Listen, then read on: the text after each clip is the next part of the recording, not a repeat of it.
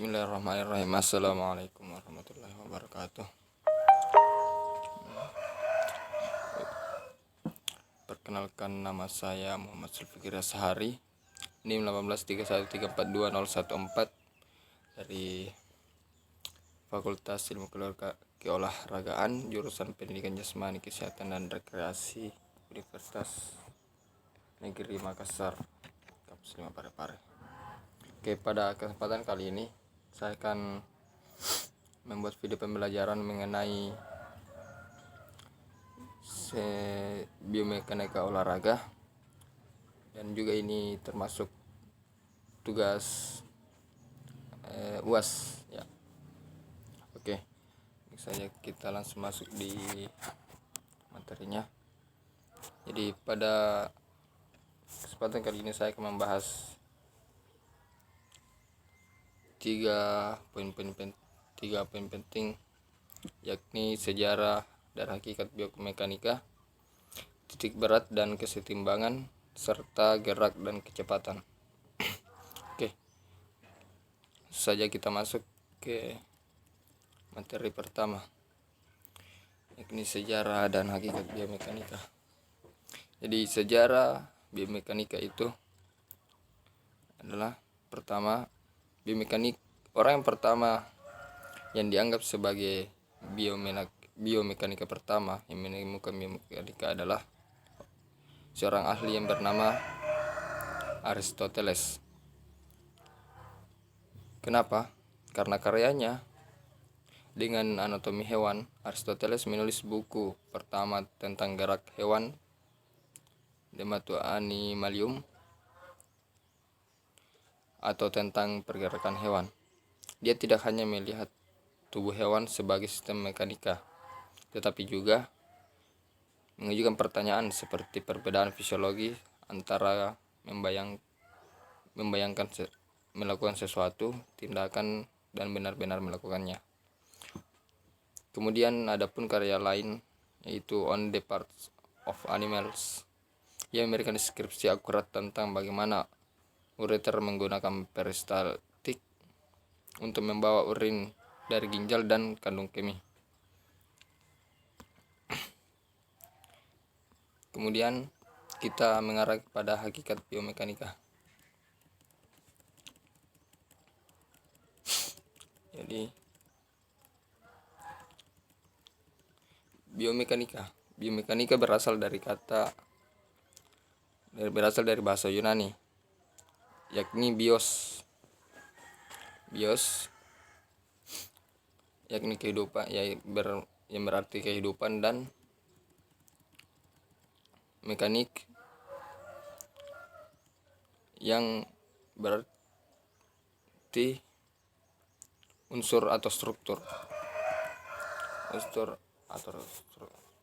organisme hidup, sehingga dapat kita katakan bahwa biomekanika merupakan salah satu disiplin ilmu yang mempelajari tentang bentuk dan macam-macam gerak atas dasar prinsip-prinsip mekanika dan menganalisis suatu gerakan. Disiplin ilmu biomekanika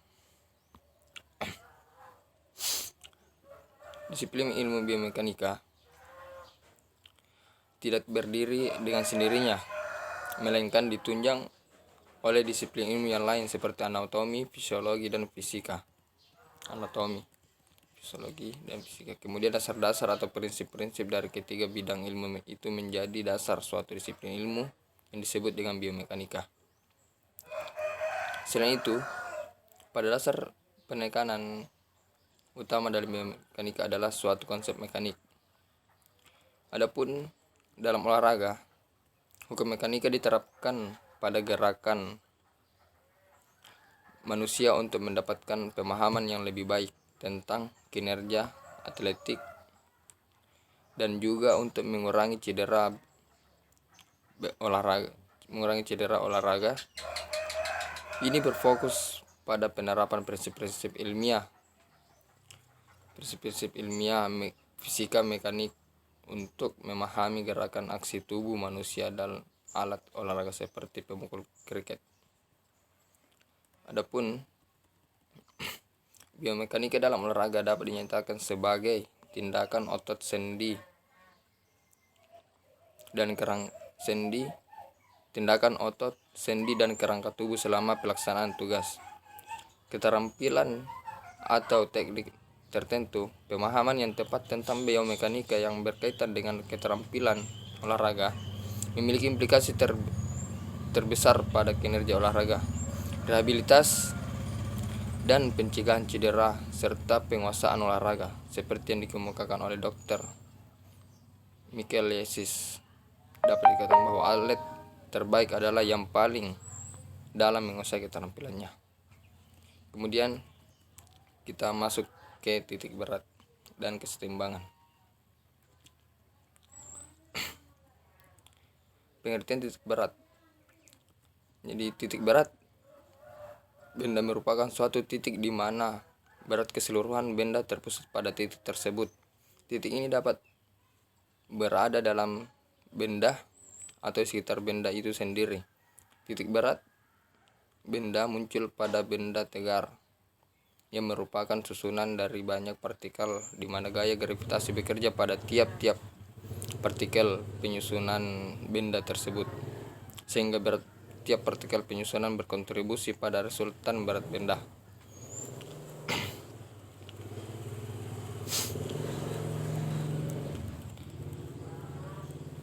Kemudian, adapun menurut para ahli, menurut Hidayat 1999, titik berat menurut Hidayat di sini dikatakan bahwa titik berat adalah titik di mana gaya berat benda atau anggota tubuh itu bekerja, atau dapat diartikan juga sebagai titik yang mewakili dari benda atau tubuh.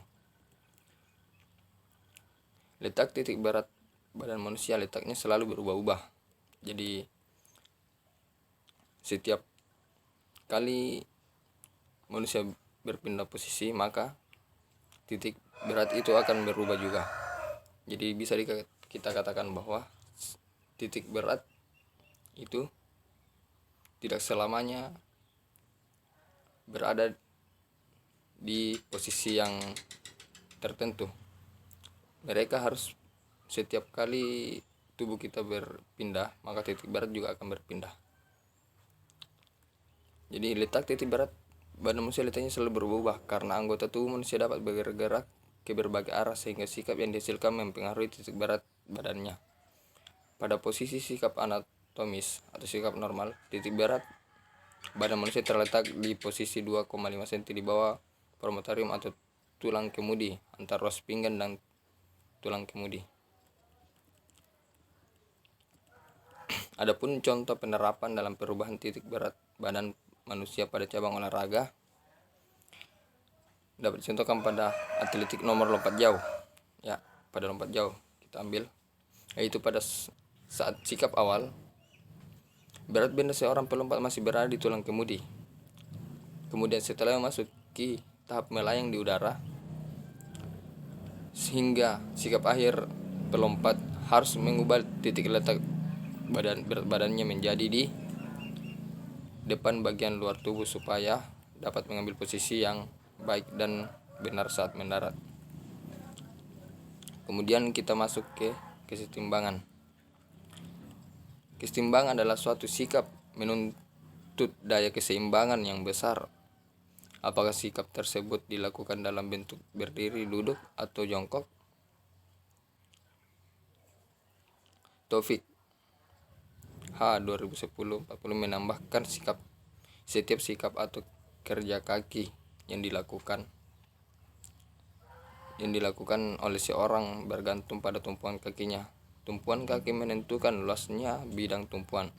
Cara menentukan luas bidang tumpuan ialah besarnya permukaan yang paling luas dari setiap titik tumpuan. Kemudian, keseimbangan merupakan hal yang paling penting dari semua asas jasmani. Dalam mekanika yang berhubungan dengan teknik-teknik olahraga, berbagai macam aspek keseimbangan dipertahankan bergantung pada tujuan yang ingin dicapai. Bila diinginkan tingkat stabilitas yang tinggi, maka dibuatkanlah suatu sikap yang memberikan keseimbangan yang mantap. Hal ini dibutuhkan oleh seorang pegulat. Sebaiknya apabila dibutuhkan tingkat stabilitas rendah, maka dibuatkan suatu sikap yang mudah membatalkan kesetimbangan. Misalnya, start seorang perenang dan pelari. Sikap badan, apakah seseorang itu berdiri, berjongkok, bertumpu, atau mengambil suatu sikap tertentu. Semua orang ini adalah persoalan kesetimbangan atau balance. Orang yang sedang meneliti pemantau sawah berusaha agar tidak jatuh saat berjalan. Kemudian, dalam ilmu pengetahuan statistika, kita membedakan 3 macam kesetimbangan, yaitu stabil, labil, dan indifferential atau netral. Indifference atau netral. Stabil adalah suatu benda atau seseorang itu dalam kesetimbangan stabil. Kalau benda atau orang tersebut mendapat pengaruh dari luar atau pengaruh yang relatif kecil, kesetimbangannya tidak berubah atau kembali dalam kesetimbangan semula. Kemudian yang kedua adalah labil.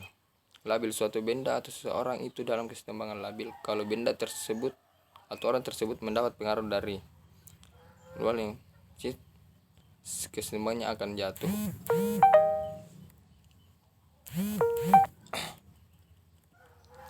Indifference atau netral. Suatu benda atau seorang itu dalam kesetimbangan indifferent atau netral kalau benda atau orang tersebut mendapat pengaruh dari luar, kesetimbangannya itu berubah atau tidak hilang. Artinya, ketika seseorang mendapatkan suatu pengaruh dari luar, misalnya dorongan, tapi dorongan itu pengaruhnya sangat kecil, maka orang yang didorong atau benda yang didorong tersebut tidak akan bergerak atau berpindah tempat. Kemudian ada beberapa faktor yang menentukan kesetimbangan, yakni letak titik berat benda terhadap porosnya, luas bidang tumpuan atau alas. Yang ketiga, letak titik berat benda terhadap bidang tumpuannya. Kemudian kita masuk ke hukum kesetimbangan.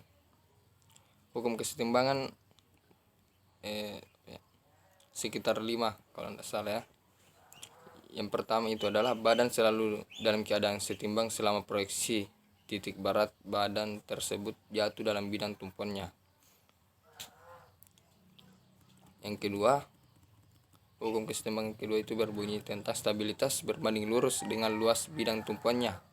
Artinya makin luas bidang tumpuan makin stabilitasnya itu makin besar. Sebaliknya, jika bidang tumpuannya kecil, maka stabilitasnya juga akan kecil. Artinya ketika tumpuan itu besar, kita enak ya.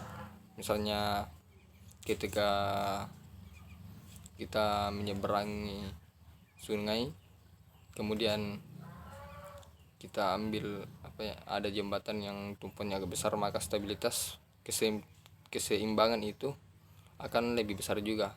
Berbeda jika jembatan yang kita lalui itu tumpuannya sangat kecil ya, jembatannya sangat kecil, maka stabilitasnya juga akan kecil pula, keseimbangannya akan kecil. Kemudian yang ketiga, stabilitas berbanding lurus dengan berat benda atau badan. Artinya semakin berat badan seseorang semakin besar stabilitasnya. Sebaliknya, jika badan kita ringan, maka stabilitasnya juga akan kecil. Kemudian contohnya ya, pada hukum ketiga ini masuk pada olahraga tinju ya, olahraga tinju. Kemudian yang keempat itu adalah stabilitas berbanding lurus dengan jarak horizontal pada titik berat badan terhadap sisi bidang tumpuan ke arah benda atau badan bergerak. Artinya makin besar jarak horizontal ke arah tertentu, makin besar pula stabilitas ke arah tersebut. Sebaliknya, makin kecil jarak horizontal, maka semakin kecil pula stabilitasnya. misalnya pada tarik tambang ya. Kemudian yang kelima, yang terakhir itu kesetimbangan stabilitas berbanding terbalik dengan jarak vertikal dari titik berat benda terhadap bidang alasnya. Artinya makin besar jarak vertikalnya, makin kecil stabilitas. Sedangkan makin kecil jarak vertikalnya, maka stabilitas akan semakin besar. Contohnya pada desain bentuk mobil balap dan dibandingkan dengan mobil untuk kepentingan angkutan biasa ya. Mobil balap selalu dibuat serendah-rendahnya sehingga kecepatannya itu akan bertambah. Tapi jika dibandingkan dengan mobil yang sering kita lihat, mobil angkutan biasa itu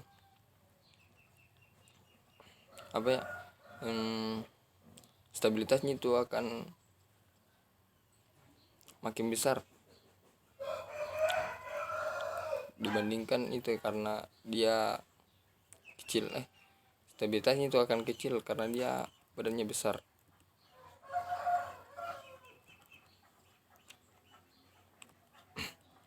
Kemudian kita masuk ke materi gerak, materi terakhir.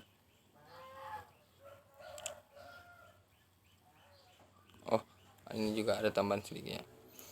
Dilihat dari esensinya, kesetimbangan tersebut ada dua jenis, yaitu kesetimbangan yang memerlukan waktu agak lama dalam keadaan stabilitas, enduring stability, misalnya pada cabang olahraga panahan atau menembak. Kemudian kesetimbangan yang dilakukan dalam waktu cepat dan segera harus. Kemudian kita masuk ke gerak dan kecepatan.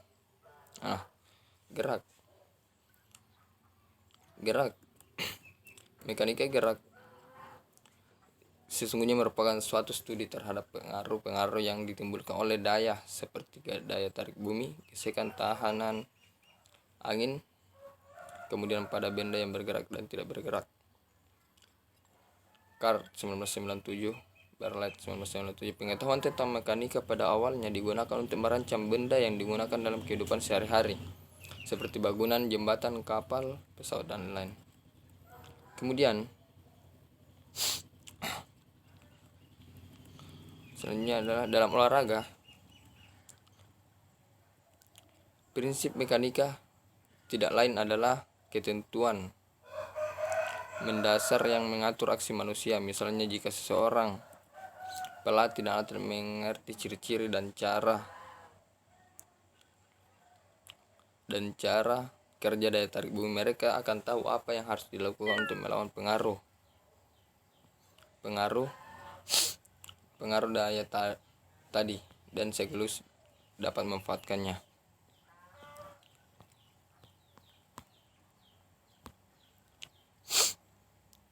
Ya, kemudian yang terakhir adalah pengertian kecepatan. Kecepatan merupakan komponen titik yang mendasar sehingga kecepatan merupakan faktor penentu di dalam cabang olahraga seperti nomor lari jarak pendek, renang, olahraga bela diri, dan olahraga panahan. Olahraga permainan.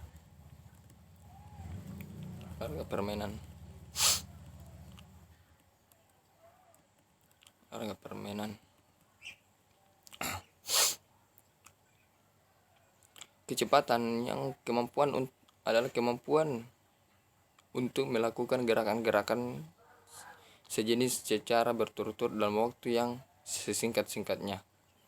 Jadi semakin cepat kita melakukan gerakan, maka waktu yang diperlukan itu semakin singkat ya. Kemudian menurut Treadwell 1991 yang dikutip dalam suatu Saifuddin 1999, kecepatan bukan hanya melibatkan seluruh kecepatan tubuh, tetapi melibatkan waktu reaksi yang dilakukan oleh seorang pemain terhadap suatu stimulus. Kemudian dalam kecepatan terdapat juga impuls ya. Impuls adalah pengerahan gaya atau kekuatan. Impuls merupakan suatu hubungan sebab akibat dari momentum. Semakin besar impuls mengakibatkan momentum, semakin yang dihasilkan juga semakin besar. Semakin besar impuls mengakibatkan momentum juga yang dihasilkan akan semakin besar. Implementasi hubungan sebab akibat antara impuls dengan momentum, yaitu pada cabang olahraga panahan. Semakin besar daya tarik busur dalam panahan, maka semakin besar juga momentum yang dihasilkan untuk anak panah, sehingga anak panah tersebut dapat terlepas dengan cepat.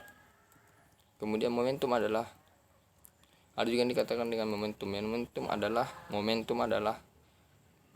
besarnya gaya dorong dari suatu benda dengan suatu kecepatan yang disebut kekuatan gerak. Ya, kekuatan gerak. Penyebab timbulnya momentum adalah kekuatan yang lamanya kekuatan itu sendiri terjadi sehingga menghasilkan momentum kekuatan dan jumlah gerak. Kemudian dalam peristiwa tersebut dapat dinyatakan bahwa banyak daya dan waktu yang digabungkan bergantung pada kemampuan si atlet. Atlet yang memiliki kekuatan dan kelentukan dalam mengarahkan daya yang besar dalam jangka waktu yang lebih lama. Hal penting yang sama berlaku bahwa gabungan dari daya dan waktu bergantung pada kebutuhan keterampilan. Beberapa keterampilan memerlukan daya yang kuat dan kerahan pada waktu yang singkat. Keterampilan lain memerlukan daya lebih sedikit tetapi dikerahkan dalam waktu yang lama. Variasi dalam daya dan waktu ini sungguh tidak terbatas. Beberapa contoh di bawah ini akan menggambarkan variasi tersebut dalam penerapannya. Nah, seperti tadi sempat dikatakan contohnya itu seperti olahraga panahan, lari, renang, dan olahraga lainnya menentukan kecepatan. Ya, mungkin demikian. Sekian dan terima kasih. Saya atas nama Muhammad Fikri Ashari. Saya tutup dengan ucapan wassalamualaikum warahmatullahi wabarakatuh.